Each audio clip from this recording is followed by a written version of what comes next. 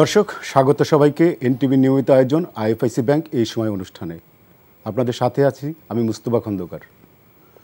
দর্শক, ফেব্রুয়ারিতে প্রতিষ্ঠার পর নতুন রাজনৈতিক দল এনসিপি সাংগঠনিকভাবে কতটুকু এগুলো কিংবা দেশের রাজনীতিতে কতখানি ভূমিকা রাখতে পারছে, 5 আগস্ট ছাত্র জনতার অভ্যুত্থানের সম্মুখ সারির যোদ্ধাদের নিয়ে গঠিত এই দলটির কাছে জনগণের প্রত্যাশা ছিল অনেক। সেই প্রত্যাশার কতটুকুই বা তারা পূরণ করতে পারছে কিংবা পারল। এদিকে জুলাই সনদের বিষয়ে ঐক্যমত্যে পৌঁছাতে রাজনৈতিক দলগুলোর সাথে সংলাপ চালিয়ে যাচ্ছে জাতীয় ঐক্যমত্য কমিশন। আজ এ বিষয়ে বড় ধরনের অগ্রগতি হয়েছে। এক ব্যক্তি সর্বোচ্চ 10 বছরের বেশি প্রধানমন্ত্রী থাকতে পারবেন না, এ বিষয়ে অন্যান্য দলের সাথে একমত হয়েছে বিএনপি। আশা করা যাচ্ছে শিগগিরই সংস্কারের অন্যান্য বিষয়ের সব দল একমত হয়ে নির্বাচনের পথে হাঁটবে দেশ। আমাদের আজকের এই সময়ে এই দুটি বিষয় ছাড়াও সমসাময়িক সব বিষয় নিয়ে আমরা কথা বলবো। আর কথা বলার জন্য আমাদের স্টুডিওতে দুজন অতিথি আমি আমন্ত্রণ জানিয়েছি আজকে। আমি প্রথমে পরিচয় করে দিচ্ছি ডাক্তার তাসনুভা জাবিন, যুগ্ম আহ্বায়ক এনসিপি, এবং সাথে আছেন ডক্টর নাহারিন আই খান, অধ্যাপক জাহাঙ্গীরনগর বিশ্ববিদ্যালয়। আপনাদের দুজনকে স্বাগত আমাদের আজকের আলোচনায়। আমি তাসনুভা জাবিন আপনাকে দিয়ে শুরু করতে চাই। এই যে আমি যেটা বললাম যে 4 মাস আপনাদের সংগঠনটা হয়েছে, 4 মাসে আপনারা নানা কারণে আলোচিত হয়েছেন আমাদের রাজনীতিতে, সমাজে, এবং সম্প্রতি কিছু ঘটনাগুলো নিয়ে অনেক বেশি চর্চা হচ্ছে। তো আপনার দলের আসলে নারীদের বিষয়ে আপনার দলের পলিসিটা কি চোখে দেখে নারীদের? ধন্যবাদ আপনাকে, আমার সহ আলোচক এবং দর্শক যারা দেখছেন সবাইকে শুভেচ্ছা। গণ অভ্যুত্থানের পরে আসলে প্রথমে ছাত্র জনতারা একটা সিভিল প্ল্যাটফর্ম, মানে একটা প্রেশার গ্রুপ হিসেবে থাকবে, এভাবে কিন্তু জাতীয় নাগরিক কমিটি হিসেবে কিন্তু আমরা মানে একত্রিত হয়েছিলাম। সেখানে গণ অভ্যুত্থানের নেতৃত্ব দানকারী বেশ কিছু ছাত্র জনতা, বিভিন্ন পেশাজীবী তরুণরা ছিল বড় একটা। সেখান থেকে পরে বৈষম্য বিরোধী ছাত্র আন্দোলন এবং দুটো থেকে কিন্তু রাজনৈতিক দলের আত্মপ্রকাশ হয় গত ফেব্রুয়ারিতে, 28শে ফেব্রুয়ারি। আমাদের আসলে মানে গণ অভ্যুত্থান চলাকালীন যে এরকম একটা রাজনৈতিক দলের ইচ্ছা বা প্রয়োজনীয়তা হবে, এরকম কিন্তু তখন গণ অভ্যুত্থানের ওই সময় কিন্তু এরকম কোনো আলোচনা ছিল না, বা এটা আমার মনে হয় না কারো মাথাতেও ছিল। কিন্তু পথ পরিক্রমায় 5ই আগস্ট কিন্তু সব পক্ষের, এই ফ্যাসিবাদ বিরোধী সব পক্ষের সমন্বয়ে বা একটা আলোচনার মধ্যে দিয়ে কিন্তু একটা অন্তর্বর্তী সরকার আসলো, এবং অন্তর্বর্তী সরকারের সবার সম্মতি নিয়েই কিন্তু একটা দায়িত্ব নিলেন এই গণ অভ্যুত্থানের পরে একটা ঐতিহাসিক সময়ে। এবং এই গণ অভ্যুত্থানটা আসলে ফ্যাসিস্টের পতন এবং একটা গণতান্ত্রিক ফ্যাসিস্ট থেকে, মানে ফ্যাসিবাদ ব্যবস্থা থেকে একেবারে গণতন্ত্রের দিকে একটা যাত্রার যে একটা রাষ্ট্র কাঠামো, সেটা গঠনের জন্যই কিন্তু অন্তর্বর্তী সরকারের একটা মূল লক্ষ্য ছিল। এবং তারই ধারাবাহিকতায় যে সংস্কার কমিশনগুলো তাদের প্রস্তাব দিলেন, এবং জাতীয় ঐক্যমত্যে এখন আমরা ওই জায়গাটাতে আছি। সো এই পথটা চলার পরিক্রমায় কিন্তু আপনারা দেখেন যে মানে বিভিন্ন ফ্যাসিবাদ বিরোধী পক্ষগুলোর মধ্যেই কিন্তু নানান স্বার্থের কারণে, আমি এটাকে আসলে খুব একটা সমালোচনা এখন আর করতে চাই না, যার যার স্বার্থেই কিন্তু যার যার দলে তারা ফেরত গেছে। এবং এই ছাত্র জনতারা কিন্তু নিজেদের একটা রাজনৈতিক দল তৈরি করার প্রয়োজনীয়তা অনুভব করেছে এই কারণে যে গণ অভ্যুত্থানের যে কারণটাতে আসলে এতগুলো মানুষ শহীদ হলো এবং আহত হলো, সে কারণটা যদি বাস্তবায়ন হয়, মানে আসলে শুধু একটা ফ্যাসিস্টের পতন হয়েছে, একটা নির্বাচন দিয়ে আরেকটা সরকার চলে আসবে, ব্যাপারটা আসলে এরকম না। এর মাঝখানে 1500 মতো 1400-1500 মতো শহীদ আছেন এবং হাজার হাজার মানুষ আহত আছেন। সো যেই কারণেই বড় ইন্টারাপ্ট করি, এই যে আপনি 1400-1500 বলছেন, আমরা কেন এখনো শহীদের সম্পূর্ণ লিস্টটা এটা তো আমিও সমালোচনা করি। আপনি জানেন যে গত বাজেটে যখন প্রকাশ হয় বাজেট, তখন কিন্তু যে মুক্তিযুদ্ধ বিষয়ক মন্ত্রণালয়ের অধীনে গেজেটভুক্ত শহীদ পরিবার কিন্তু 800 কতজন বলেছে। এটা কিন্তু আমরা আমাদের ফোরামেও আলোচনা করছিলাম যে এটা অন্তর্বর্তী সরকারের অন্যতম ব্যর্থতা, যে এই তালিকাটা সঠিক করে আসে নাই কিন্তু। তো এইটার মাঝখানে কিন্তু বিশাল একটা গণ অভ্যুত্থান এবং রক্তপাত আছে। সো এইটার গণতান্ত্রিক রাষ্ট্র কাঠামোটা স্টাবলিশ করার পিছনে যে কারণটাতে এই গণঅভ্যুত্থানটা হয়েছে, এটার প্রতি দায়বদ্ধতা এই ছাত্র জনতারা যারা এনসিপি করছে তারা সবচেয়ে বেশি অনুভব করেছে যে এই যুদ্ধটাতে ছাত্র জনতার ভয়েসটা থাকতে হবে। এখন আপনি যে কথাটা বললেন যে নারীদের প্রশ্নটা, শুধু নারী না, আপনি যদি একদম শুরু থেকেই দেখেন দল হওয়ার পর থেকেই কিন্তু নানান কারণে আলোচনা সমালোচনা দুটাই আছে। বিভিন্ন দুর্নীতির অভিযোগ আসছে, পুরনো রাজনৈতিক সংস্কৃতির অনুসারীর উদাহরণ বারবার আসছে, এখনো চলছে। আমরা দেখলাম যে আসিফ মাহমুদের বাবা একটা প্রোগ্রামের একটা ভাইরাল হয়েছে।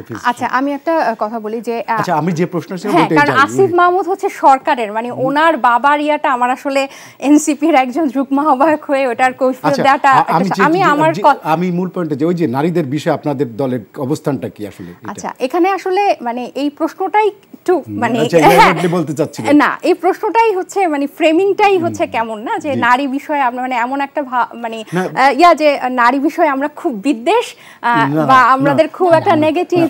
আপনি কিছু বলেন। আমার মনে হলো আমি একটু শেষ করি, শেষ করি। তো নারীদের বিষয়টাতে দলের অবস্থান কিরকম, মানে এই প্রশ্নটা হচ্ছে যে মানে আমরা অবস্থানটা বুঝাতে পারি নাই। এটা এক ধরনের মিসকনসেপশন বা এক ধরনের একটা ভুল তথ্য যাওয়া। কারণ আমি যে সুন্দর করে যে উত্তরটা দেওয়া শুরু করেছিলাম, যে শুরু থেকে কিন্তু নানান আপনার আলোচনা সমালোচনা নানানভাবে কিন্তু যাচ্ছে। তো নতুন দল হিসেবে কিন্তু প্রত্যেকটা ইস্যুতে মানুষকে সুন্দরভাবে কিন্তু আমাদের ব্যাখ্যা দিতে হচ্ছে, সেটা দুর্নীতি হোক, সেটা নারী প্রশ্নে হোক, সেটা চাঁদাবাজি প্রশ্নে হোক, বা পুরনো সংস্কৃতি অনুসারে হোক। এবং এইটাকে এখন এসে আপনি যদি 1 মাস আগে বলতেন আমি কিন্তু অন্যভাবে আমরা বলতাম, কিন্তু এখন এসে এটাকে আমরা যৌক্তিক মনে করি। কারণ মানুষ জানতে চাইবে যে কেন আমরা নতুন, আমরা কি ভাবছি, বাকি পুরনো রাজনৈতিক দলগুলো তো পুরনো আছে, পার্থক্য বা আমরা কি ভাবছি, পার্থক্য না, আমরা কি ভাবছি। আপনি দেখেন এই গণ অভ্যুত্থানের পরে নারীদের যে অংশগ্রহণ এবং নারীদের যে ব্যাপ্তি এই রাজনৈতিক পরিসরে, এইটা গণ অভ্যুত্থান যে কয়েকটা জিনিসকে একদম ওপেন করে দিয়েছে, এই নারীদের প্রশ্নটা কিন্তু এরকম, মানে বিষয়টা কিন্তু এরকম। এবং এনসিপি কিন্তু এটাকে সবচেয়ে বেশি প্রাধান্য দেয়। কেন প্রাধান্য দেয়?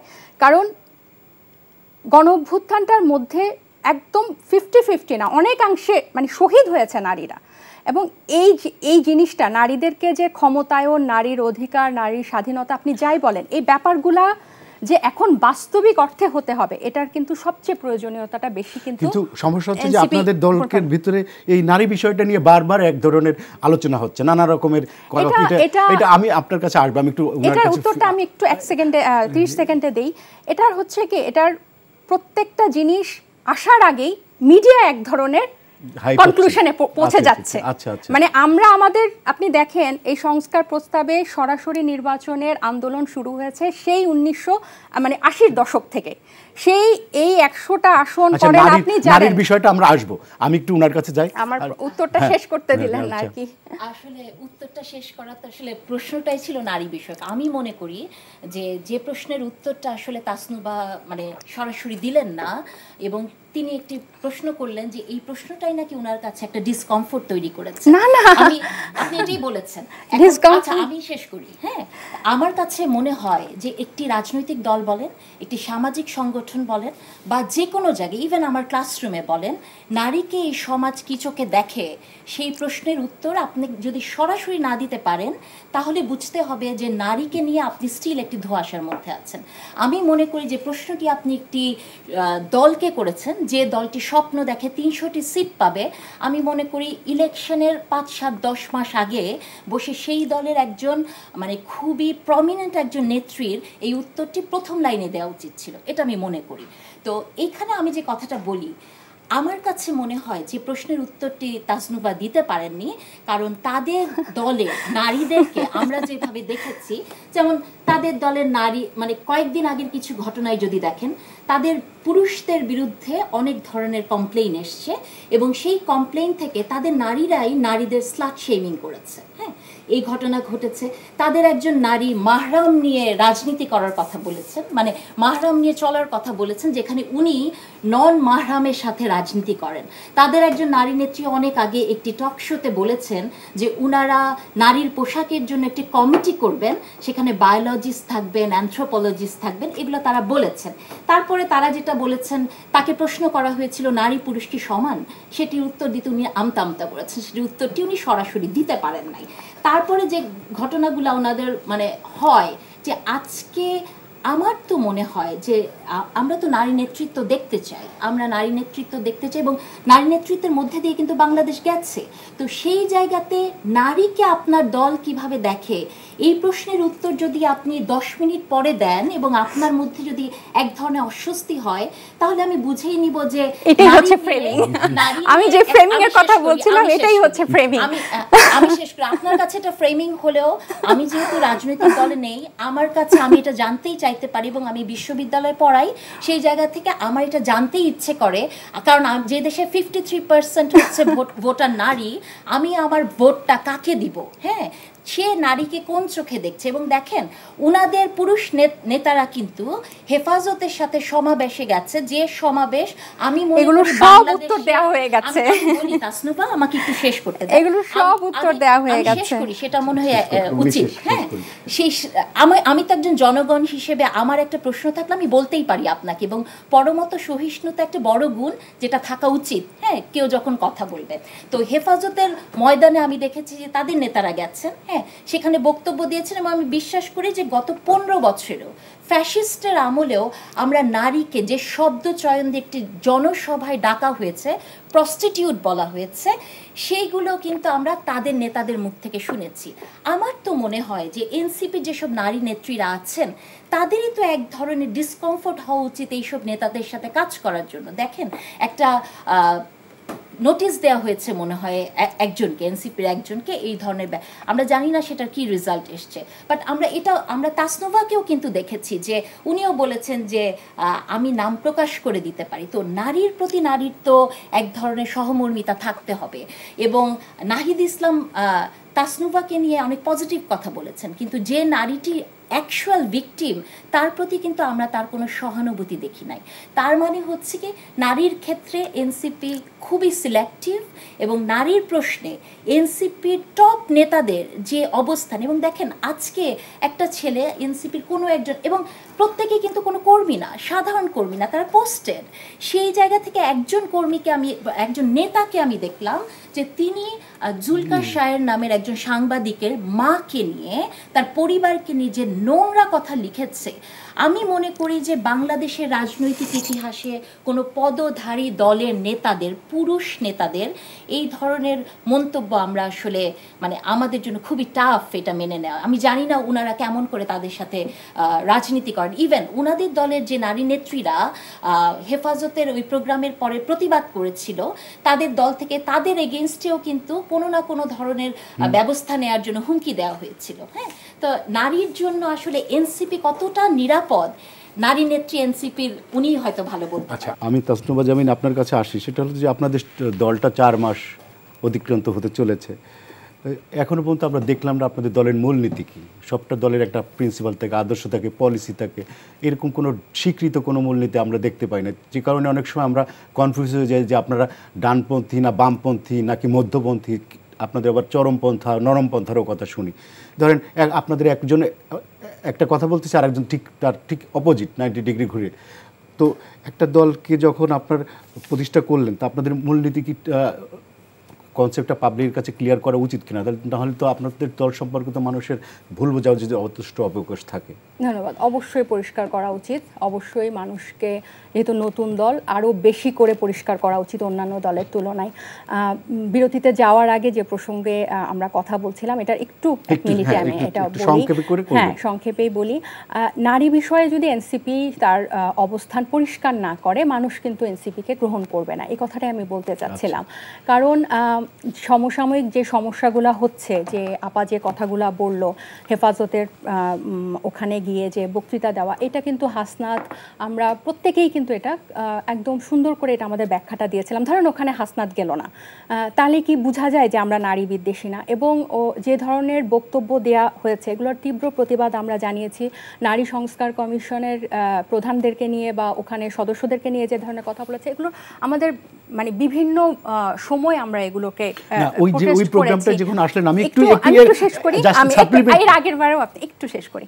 সো এই আপনি ধরেন ওখানে আমাদের কোনো বক্তা গেল না, হ্যাঁ, ওই হেফাজতের ওই প্রোগ্রামটাতে, কিন্তু ভিতরে ভিতরে আমরা কিন্তু নারীর প্রতি এক ধরনের বিদ্বেষ রাখলাম, বা সামান্তার খালেদ মহিউদ্দিন ভাইয়ের প্রোগ্রামে যে সামান্তার বক্তব্যটার কথা টেনে আসলো, এটা ওর ওই মুহূর্তের একটা সেন্স অফ প্রেজেন্স তার হয়তো ওই সময় তার সাপোর্টে ছিল না।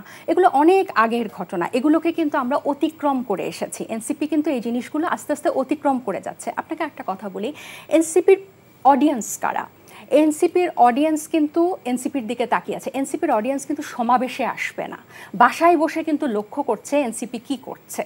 কারণ দীর্ঘদিন মানুষ একটা দ্বিদলীয় ব্যবস্থা এখানে দেখেছে। এনসিপির ব্যাপারে প্রত্যেকটা পদক্ষেপের ব্যাপারে কিন্তু মানুষ নোটিস করছে বাসায় বসে। এজন্য আমরা প্রত্যেকটা সময় কিন্তু কথা বলছি এবং কৈফিয়ত দিচ্ছি। যেটা আপনি দেখেন, যেটা সমালোচনা মিডিয়াতে যেরকম করে ফলাও করে চলে আসে, যেটা সত্য না ওটার ব্যাখ্যা আমরা দিচ্ছি, যেটা সত্য হচ্ছে ওটাকে কিন্তু আমরা অ্যাড্রেস করছি। আপনারা দেখেন হান্নান মাসুদকে কিন্তু নোটিশ দিয়ে কিন্তু আওতায় আনা হয়েছে, হ্যাঁ, এবং তার একটা সমাধান এটা কিন্তু করা হয়েছে। এরপরে যে কাজী তানভীরের নামে যে এটা নিয়েও কিন্তু আমরা একটা শৃঙ্খলা কমিটি কিন্তু একটা পর্যায়ে পৌঁছে গেছে, এটা অফিসিয়ালি আসা সম্ভব। সারওয়ার তুষারকে নিয়ে যে ব্যাপারটা চলছে এটাও কিন্তু প্রক্রিয়াধীন আছে, 5 দিন শেষ হয়েছে, ওনার লিখিত জবাব শৃঙ্খলা কমিটি পর্যালোচনা করছে। কিন্তু নারী বিষয়ে একদম এনসিপি স্পষ্ট যে এই মাহারামের কথা সামান্তা বলেছে, এটা যখন আমরা অফিসিয়ালি এটার ব্যাপারে আমরা যখন কথা বলবো, এই সবগুলো প্রসঙ্গই আশা করি ওখানে উল্লেখ থাকবে। সামান্তা এরকম কোনো কথাই বলে নাই, ঠিক আছে, একেবারেই না।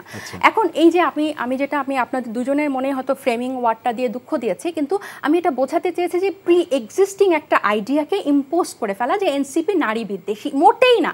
এনসিপি যদি নারী বিদ্বেষী হয় বা নারীর প্রতি যদি তাদের একটা শ্যাডো থাকে, একটা বাবলের মধ্যে থাকে যে আমরা নারীর প্রতি ফ্রেন্ডলি কিন্তু ভিতরে ভিতরে না, এরকম মনোভাবও যদি থাকে এনসিপি টিকবে না।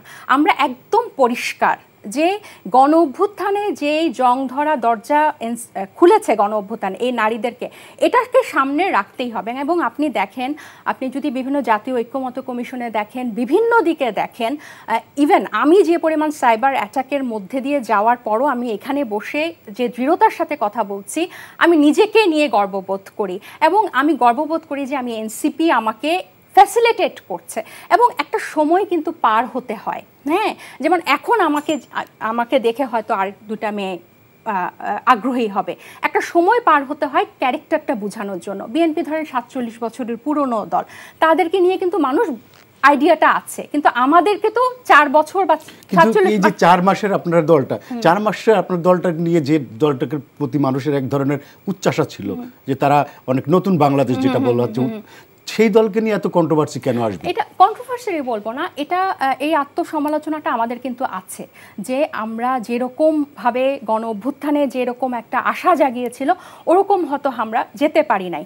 কিন্তু ভাই এটাও আমরা বলবো না যে সেখান থেকে হয়তো আমরা পারবো না, এই ব্যাপারটা না। আমরা হয়তো হোঁচট খেয়েছি অনেক কিছুতে, হয়তো আমরা কেন এই ব্যাপারটা আপনি দেখেন, বৈষম্য বিরোধী ছাত্র আন্দোলন যখন হয়েছিল একটা নির্দলীয় ব্যানারে হয়েছিল, মানে কোনো সংগঠিত দল কিন্তু ছিল না, এবং অজানা ছাত্রদের ডাকে মানুষ এক হয়েছিল। সো পুরো দেশের আপনি যখন এইটাকে আবার রাজনৈতিক একটা রূপ দিবেন, তখন কিন্তু এখানে অনেক অনুপ্রবেশ আসবে। এবং এত 16 বছরের পর বাংলাদেশে যখন রাজনৈতিক পরিবেশে এত বড় একটা চেঞ্জ আসছে, তখন কিন্তু অনেক কিছু এদিক সেদিক হবে, অনেক সমীকরণ হবে। সো আমার কাছে মনে হয় যে 3 মাসে আপনি দেখেন আমরা ফিনান্সিয়াল একটা মডেল কিন্তু একদম ক্রাউড ফান্ডিংয়ের স্পষ্ট আমরা এটা জানিয়েছি। শুরুতে কিন্তু আমাদের এই আর্থিক দুর্নীতি নিয়ে অনেক কথা, এবং এটাকে আমরা কিন্তু আরো ক্লিয়ার করব, প্রসঙ্গটা পরে আসবো, আমি একটু বলি। হ্যাঁ, এটা করেছি। এবং আমাদের যে 22 তারিখের মধ্যে যে আমাদের নিবন্ধনের সব কিছু দিয়ে কাগজপত্র একদম সব শর্ত পূরণ করে কিন্তু আমরা নিবন্ধনটা 22 তারিখের মধ্যে দিতে পেরেছি। এবং এই বাইরে আর যে সমস্যাগুলা রেগুলার আসছে, এগুলো দিয়ে কিন্তু আমরা অ্যাড্রেস করে আমরা কিন্তু আগাচ্ছি। আমি পরিষ্কার করে আবার আপনাদের দর্শকের উদ্দেশ্য, আপনাদের উদ্দেশ্য বলতে চাই, নারী প্রশ্নে যতগুলো সমস্যা এসেছে এগুলো জাস্ট বিচ্ছিন্ন ঘটনা এবং চলমান ঘটনার সমস্যা, এগুলোকে অ্যাড্রেস করে নারীদেরকে নিয়ে এনসিপি এগিয়ে যাবে এবং এটা সময় কিন্তু আরও প্রমাণ দিবে। ধন্যবাদ।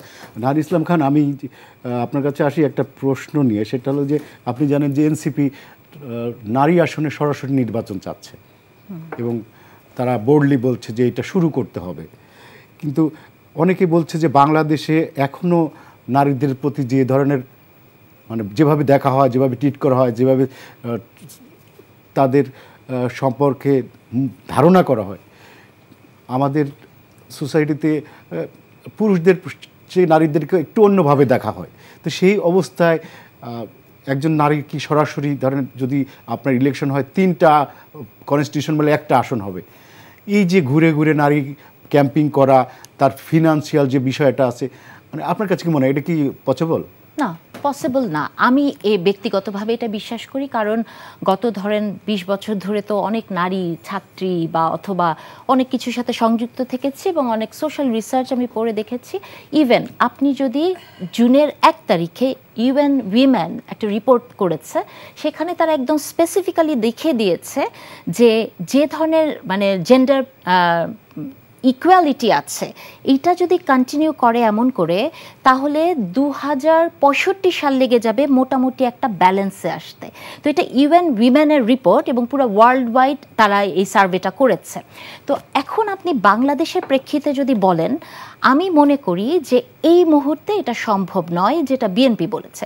কেন সম্ভব নয়? আপনি যদি এটাকে একটু দেখেন যে gender equality and gender equity দুইটা কমপ্লিটলি ডিফারেন্ট জিনিস। হ্যাঁ, এখন ধরেন আমাকে যদি আপনি একটু বলেন যে ইকুইটি অ্যান্ড ইকুয়ালিটির মধ্যে পার্থক্যটা কি, ধরেন আমি এবং তাসনুভা বসে আছি, আপনিও বসে আছেন একই জায়গায়, বা আমরা যদি দাঁড়াই, আপনি আমাদের থেকে উচ্চতায় বেশি, আমরা একই ফ্যাসিলিটি পাচ্ছি, কিন্তু দূরের জিনিসটা আপনি আমাদের থেকে বেশি দেখতে পাবেন।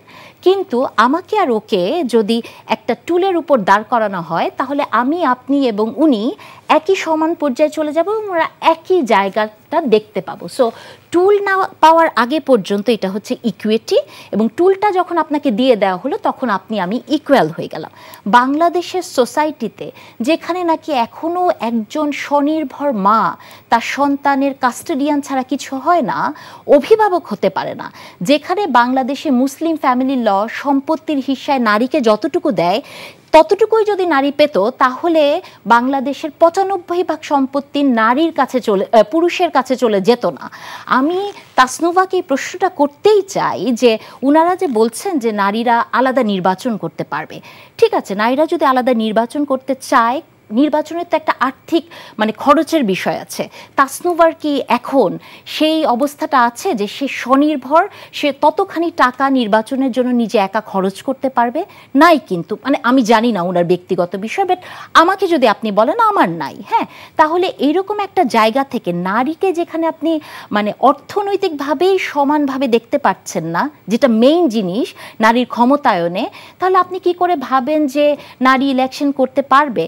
যে শহরে আমরা নারীরা পানি খাই না, যেটা হচ্ছে আমার বেঁচে থাকার প্রথম শর্ত, কারণ এই শহরে একটা টয়লেটের নিশ্চয়তা একটা নারীকে দেয় না, 3টি কনস্টিটিউশনে একটা নারী ইলেকশন করতে পারবে? আপনার তাই মনে হয়?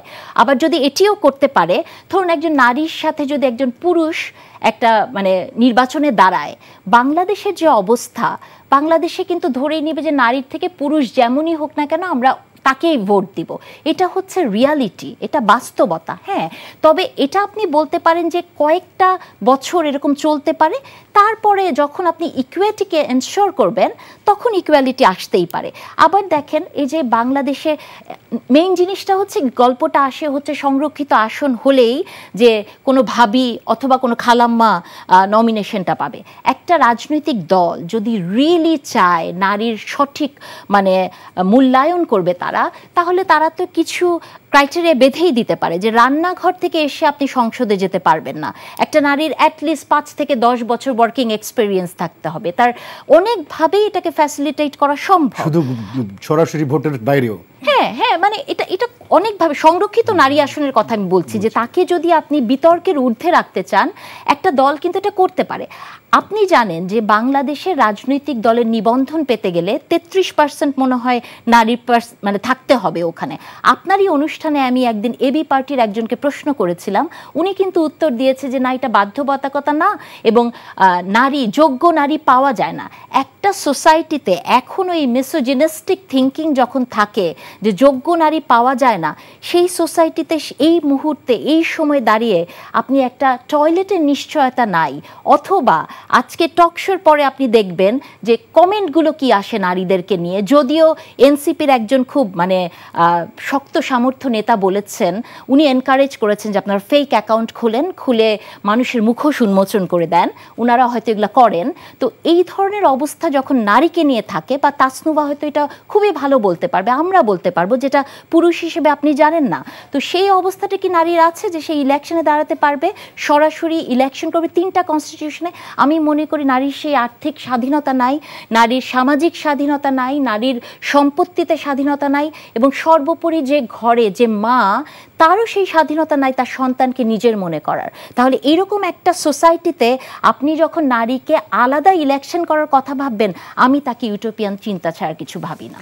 তাসনুভা, আপনার কাছে, আপনারা তো এটার পক্ষে, এবং আমি কিছু আশার কথা শোনাতে চাই, যেহেতু এগুলোর মধ্যেই আমি আছি। প্রথমে আর্থিকটা দিয়ে শুরু করি। আমাদের কিন্তু দলের নিজস্ব যে চিন্তা ভাবনা, এবং এই গণ অভ্যুত্থানের পরে আমরা যখন সংস্কার কমিশনগুলো এই প্রস্তাবটা দিচ্ছে গত বছরের সেপ্টেম্বর, অক্টোবর, নভেম্বরের দিকে, তখনই কিন্তু আমাদের নিজস্ব ফোরামে এটা নিয়ে আলোচনা হচ্ছিল। এবং এই আর্থিক বরাদ্দটা কিন্তু নারী প্রার্থীদের ক্ষেত্রে, এটা সরাসরি আসনের সংরক্ষিত আসনে হোক বা সাধারণ আসনে হোক, এটার কিন্তু একটা সুনির্দিষ্ট চিন্তাভাবনা প্রত্যেকটা রাজনৈতিক দলের থাকা উচিত। কীরকম?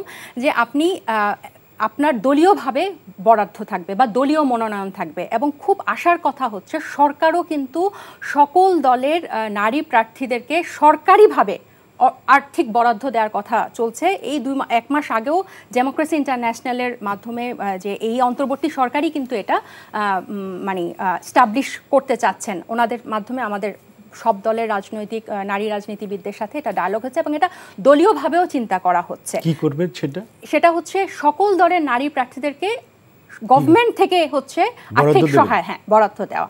এটার কিন্তু আগেই কিন্তু এটা প্রস্তাবিত ছিল, এবং এটা আরও এখন চিন্তা করা হচ্ছে। কেন?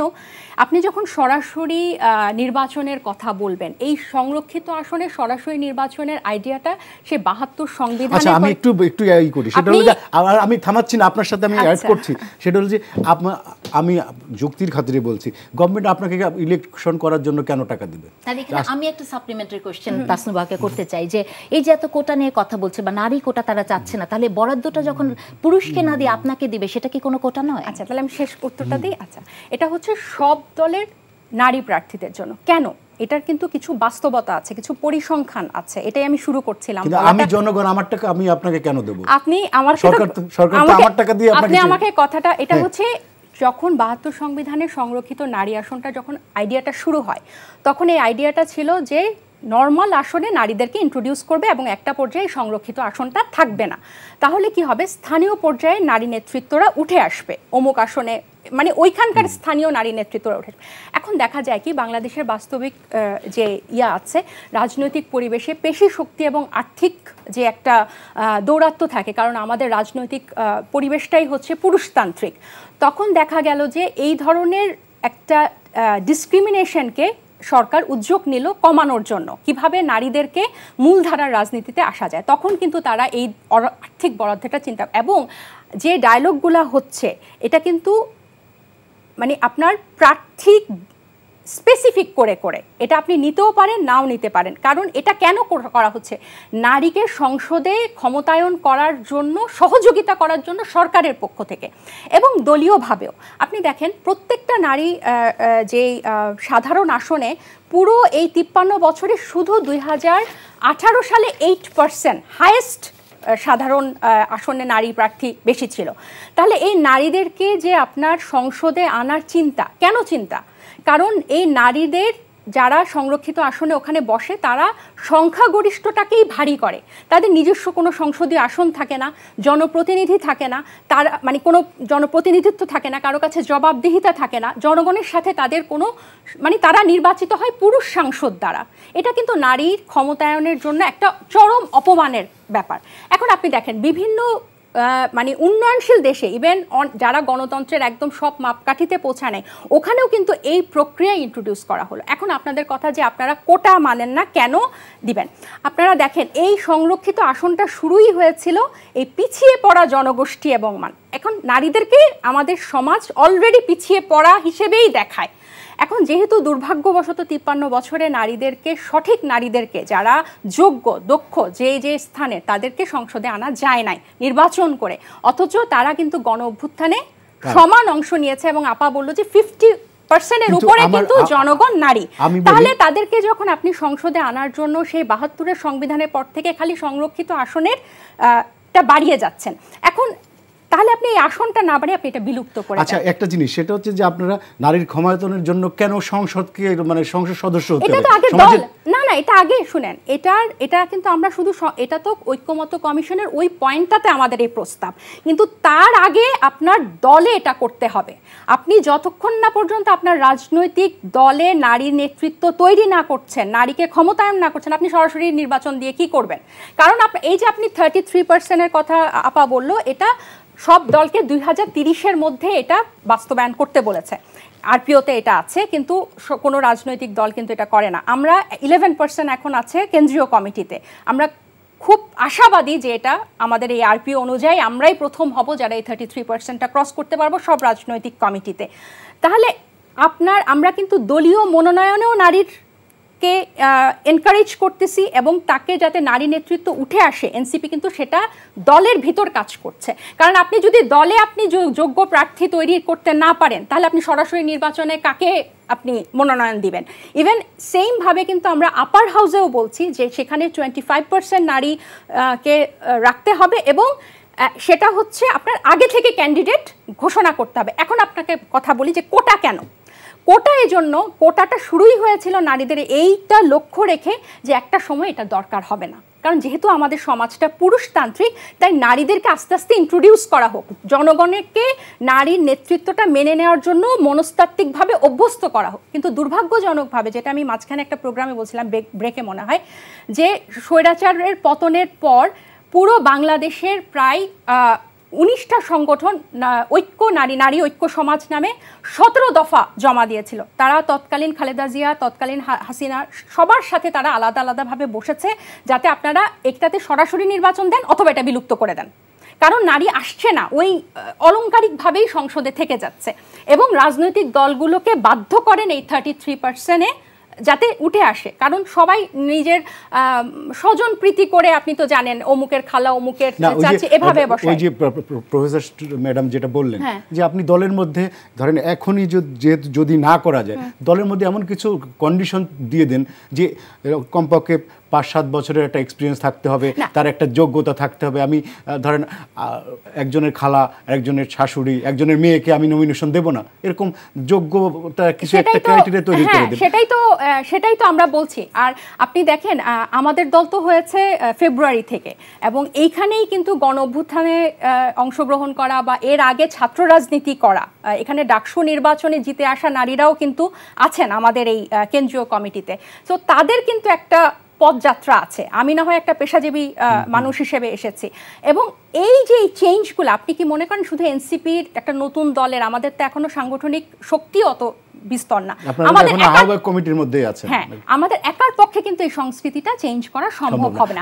এজন্য যতগুলো বিদ্যমান রাজনৈতিক দল আছে সবাই যদি, যারা অনেক পুরনো, যাদের রাজনৈতিক লিগেসিও আছে, তারা যদি এটার ব্যাপারে একদম খুব কঠোর হন যে দলীয় মনোনয়নও বাড়াবো, প্লাস আমি হচ্ছে সংসদে এভাবে যোগ্যকে ইন্ট্রোডিউস করব, কারণ আপনার রাজনৈতিক দলগুলোর মধ্যে কিন্তু নারী নেতৃত্ব লাগবে। আমি আপনাকে একটু প্রশ্ন করি, সেটা হচ্ছে যে আপনি জানেন যে আজকে ঐক্যমত্য কমিশনে পরপর 2 টার্ম প্রধানমন্ত্রী থাকতে পারবেন এরকম একটা বিএনপি ঐক্যমত পোষণ করছে, যেটা বিএনপির আগে বলেছিল যে মাঝখানে গ্যাপ দিয়ে আরও করতে পারবে। তো এনসিপি অনেক সময় পরিবারতান্ত্রিক একটা কথা বলেছি একটু। হ্যাঁ, তো সেই ক্ষেত্রে যে এই যে বিএনপির হঠাৎ যে বড় ধরনের এক ধরনের এটা উদারতা না, আপনি যে তারা 2 টার্মের বেশি হবে না, ধরেন তারেক রহমান বিএনপির অ্যাক্টিং চেয়ারম্যান, ওনার বয়স কত, উনি ইচ্ছা করলে 4-5 টার্মও থাকতে পারবে, কিন্তু উনি তো সেই বিষয়টাকে উনি অ্যালাউ করছেন। তো এই যে পারিবারিক পরিবারতান্ত্রিক কথা যেটা এনসিপি মাঝে মাঝে বলে, এটার সাথে তো আমরা দেখছি যে বিএনপির উদারতা দেখাচ্ছে, সেখানে পরিবারতন্ত্রের খুব একটা গুরুত্ব পাচ্ছে বলে মনে হচ্ছে না। আপনার কি মনে হয়? হ্যাঁ, এই প্রশ্নটার উত্তর আমি একটু পরে দেই। তাসনুভার কিছু কথার উত্তর আমি দেই, মানে বা আমি বলি তার সাথে। ধরুন আমি ধরেই নিলাম যে তাসনুভার সব কিছু ঠিক আছে, হ্যাঁ, যে নারীর ক্ষমতায়নের জন্যই এটা করা হচ্ছে। তাহলে আপনি কি মনে করেন যে নারী নেতৃত্ব তৈরি করা একটা দলের জন্য এটা কি মানে এমন কোনো কিছু যে আপনি দোকানে গেলেন আর নারী নেতৃত্ব কিনে নিয়ে চলে আসলেন, একটা নারীকে আপনি সাথে সাথে এম্পাওয়ার্ড করে দিলেন? এটা একটা প্রসেস, এটা বছরের পর বছর যেতে হবে। তাহলে যদি 10 মাস পরে ইলেকশন হয় এবং এই দলটি বলছে যে নারীর সরাসরি নির্বাচন হতে হবে, তাহলে আপনি কি করে এই জায়গাটাতে এনসিপির নারীরা মনোনয়ন পাবে? কারণ এনসিপির নারীদের মনোনয়ন পাওয়ার জন্য তো এই 10 মাস কি এনাফ একটা নারী নেতৃত্ব তৈরি করার জন্য? এজন্যই কি ওনারা চাচ্ছেন যে নির্বাচনটা দীর্ঘায়িত হোক? উনি যে আরেকটু বলছে যে ডাকসুর নেত্রীও ছিল, মানে আগে থেকে তৈরি। এটা তো ছেলেদের ক্ষেত্রে একই না, আপনারা কি নাহিদকে আগে চিনতেন? আমি একটু বলি, হ্যাঁ, আমি তো আপনার কথার সময় কথা বলি নাই, হ্যাঁ। তো আমার কাছে যেটা মনে হয় সেটা হচ্ছে যে সেটা যদি ডাকসুর একজন নেত্রী থাকে, পার্সেন্টেজ কত হবে, তাই না? 100টা সিটে সেই রকম নারীকে দেওয়ার মতো ক্যাপাসিটি কি এনসিপি কেন, বিএনপিকেও যদি আপনি বলেন হয়তো সেও নাও পারতে পারে। 10 মাসে সম্ভব?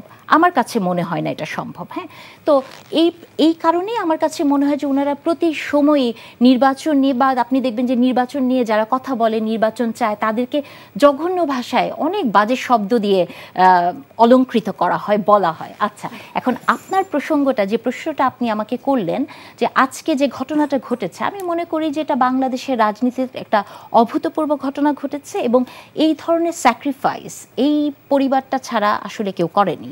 কারণ দেখেন, এনসিপিরও কেউ নেই, মানে আওয়ামী লীগ ছাড়া বাংলাদেশের এমন কোনো দল নাই যে দলে কেউ পরপর 2 বার 3 বার 4 বার 5 বার প্রধানমন্ত্রী হওয়ার সক্ষমতা রাখে।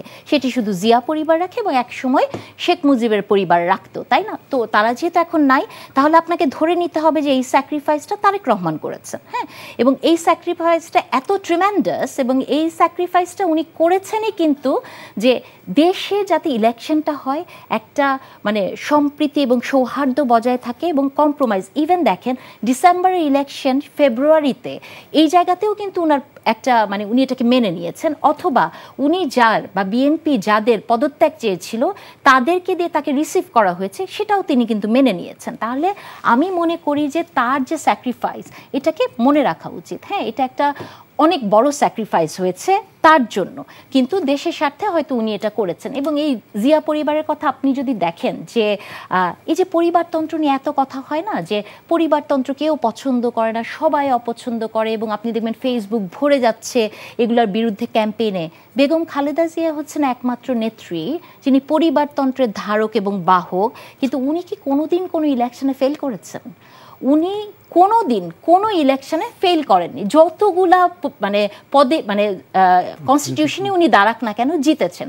তার মানে হচ্ছে কি, দেখেন, যতই আপনি বলেন যে আপনি পরিবারতন্ত্র পছন্দ করেন না, আপনার এটার থেকে আমাদের বের হতে হবে, কিন্তু বাংলাদেশের মানুষের মনে এই পরিবারটার প্রতি কিন্তু ভালোবাসা আছে, না হলে কিন্তু উনি কখনোই সব সিটে পাশ করে আসতে পারতেন না। তো পরিবারতন্ত্র নিয়ে আমি মনে করি যে এটা সবচেয়ে বেশি ইম্প্যাক্ট পড়বে জাতীয়তাবাদী দলের, কিন্তু এটাকে তারা কম্প্রোমাইজের একটা জায়গায় এনেছেন এই কারণে উদাহরণ সৃষ্টি করেছেন একটা ধরনের। আমি মনে করি যে এটা উদাহরণ, হয়তো কালকেই দেখবেন যে এটার এগেইনস্ট আরো অনেক কথা আসবে, আরো অনেক মানে কস্ট বেনিফিট অ্যানালাইসিস করে বলা হবে যে বিএনপিটা এই কারণে করেছে, কিন্তু আপাত দৃষ্টিতে এবং সাধারণ মানুষের কাছে এটা মনে হচ্ছে যে তারেক রহমান ছাড়া এই মুহূর্তে কেউ নাই যে 3, 4 বার 5 বার প্রধানমন্ত্রী হওয়ার সক্ষমতা রাখেন। এনসিপিতেও কেউ নাই, জামাতেও কেউ নাই। সো এই জন্য এটা আমি মনে করি যে উনার একটা স্যাক্রিফাইস, এবং সেটা সে দেশের স্বার্থে করেছে। তাসনুভা, আপনারা নির্বাচন কমিশনে নিবন্ধনের জন্য আবেদন করেছেন, নিবন্ধন পেয়ে যাবেন, এবং আপনার সাথে সাথে একটা প্রতীক চেয়েছেন যে আপনার নির্বাচনের প্রতীক শাপলা, এই শাপলা নিয়ে নানা রকম কথা হচ্ছে। কেউ বলছে শাপলা একটা আমাদের জাতীয় প্রতীক, সেটা নির্বাচন কমিশন কিভাবে দেবে, এবং নির্বাচন কমিশনের কিছু নির্দিষ্ট তালিকাভুক্ত কিছু প্রতীক থাকে, সেখান থেকে মানে আপনারা যেগুলো ফাঁকা আছে সেগুলো আপনারা নিতে পারেন। আবার রাশেদ খান গণ অধিকার পরিষদের সেক্রেটারি, উনি বললেন যে নাগরিক ঐক্য মান্না ভাইয়ের, ওনরা যখন নিবন্ধন চেয়েছিলেন তখন ওনরা শাপলা চেয়েছিল, কিন্তু নির্বাচন কমিশন ওটাকে তাদের দিনে নাকচ করেছে যে এটা জাতীয় প্রতীক, এটা কাউকে দেওয়া যাবে না। তা আপনারা কতখানি আশাবাদী যে আপনারা পাবেন এটা? আচ্ছা, তার আগে দুইটা পয়েন্ট একটু অ্যাড্রেস করি। একটা হচ্ছে যে আমরা এনসিপি সবাই নতুন, কিভাবে 100টা আসনে দেবে আমাদের। আপনি একটু বলছিলেন যে আমরা এখন আহ্বায়ক কমিটিতে না, আমরা হচ্ছে নিবন্ধনের আগে কিন্তু উপজেলা কমিটি দিতে হয়, প্রায় আমরা 130টার উপর উপজেলা কমিটি দিয়েছি, এবং জেলা কমিটি শর্ত অনুযায়ী 22টা দিতে হয়, আমরা 30টার মতো জেলা কমিটি দিয়েছি। সো আরেকটা হচ্ছে যে এই 100টা আসনে আমরা কিন্তু আপনারা কেন্দ্রে যাদেরকে দেখছেন বা টিভিতে যাদেরকে দেখেন বা ডাকসু নেত্রী বলেন বা পেশাজীবী বিভিন্ন নারীরা বলেন, এরাই কিন্তু এনসিপি না। আপনি বিভিন্ন স্থানীয় পর্যায়ে কিন্তু আমরা যারা গণ অভ্যুত্থানের পন্থী ছিল এবং নতুনভাবে যারা সংগঠিত হতে চায়, নেতৃত্ব দেওয়ার যোগ্যতা আছে, আমরা যখন বিভিন্ন জায়গায় সফরে যাই, ওখানকার মেয়েরা নারীরা যেসব কথা বলে, তাদের মধ্যে যে রাজনৈতিক প্রজ্ঞা আছে, আমরা কিন্তু ওরকম পিক করছি। এটা কিন্তু আমাদের কানেকশানে আছে, এবং সরাসরি নির্বাচনটার পক্ষেই কিন্তু আমাদের জোর বেশি, যে এটা এনসিপি ব্যর্থ হলেও এটা দেশের জন্য খুবই জরুরি। আরেকটা কথা হচ্ছে আপনারা দুজনেই যেটা বললেন যে স্যাক্রিফাইস, 2 মিনিট আমাদের হাতে সময়। হ্যাঁ একদম স্যাক্রিফাইস। হ্যাঁ, আপনারা হয়তো দুজনে এটা মিস করেছেন যে শর্ত সাপেক্ষে কিন্তু 10 বছরের জন্য প্রধানমন্ত্রীর মেয়াদে রাজি হয়েছে। এটা কিন্তু নিঃশর্তভাবে বিএনপি রাজি হয়নি। শর্তটা হচ্ছে, আমি একটু শেষ করি 1 মিনিটে, শর্তটা হচ্ছে যে জাতীয় সাংবিধানিক কাউন্সিল নির্বাহী বিভাগকে দায়বদ্ধ করার যে জন্য যে জাতীয় এনসিসি জাতীয় সাংবিধানিক কাউন্সিলের যে সুপারিশ, সেটা তারা চাইনি। মানে একটা দিয়ে আরেকটা ট্রেড করা হচ্ছে, একটু নামটা চেঞ্জ করে আরেকটা নামটা হচ্ছে ওখানে কিন্তু আপনার জাতীয় ঐক্যমত্য সাংবিধানিক বিধিবদ্ধ কমিটি এরকম করা হয়েছে, এবং ঐক্যমত্য কমিশন কিন্তু সেই সদস্য সংখ্যাকে আপনার 9 জন থেকে 7 জন করেছেন। রাষ্ট্রপতি এবং প্রধান বিচারপতিকে কিন্তু ওখান থেকে বাদ দেওয়া হয়েছে, এবং এটাকে কিন্তু ওনারা অন্যভাবে প্রস্তাব দিয়েছেন, কিন্তু বিএনপি কিন্তু নিঃশর্তভাবে এটাতে রাজি হয়নি। ওনারা কিন্তু একটা ট্রেডের জায়গা রেখেছেন। So ultimately it goes to the back to the starting point. হ্যাঁ, এটা কিন্তু আর আপা যেরকম বললেন যে 4-5 বছর প্রধানমন্ত্রী হওয়ার যোগ্যতা একমাত্র তারেক রহমানের আছে, এনসিপির কারো নাই।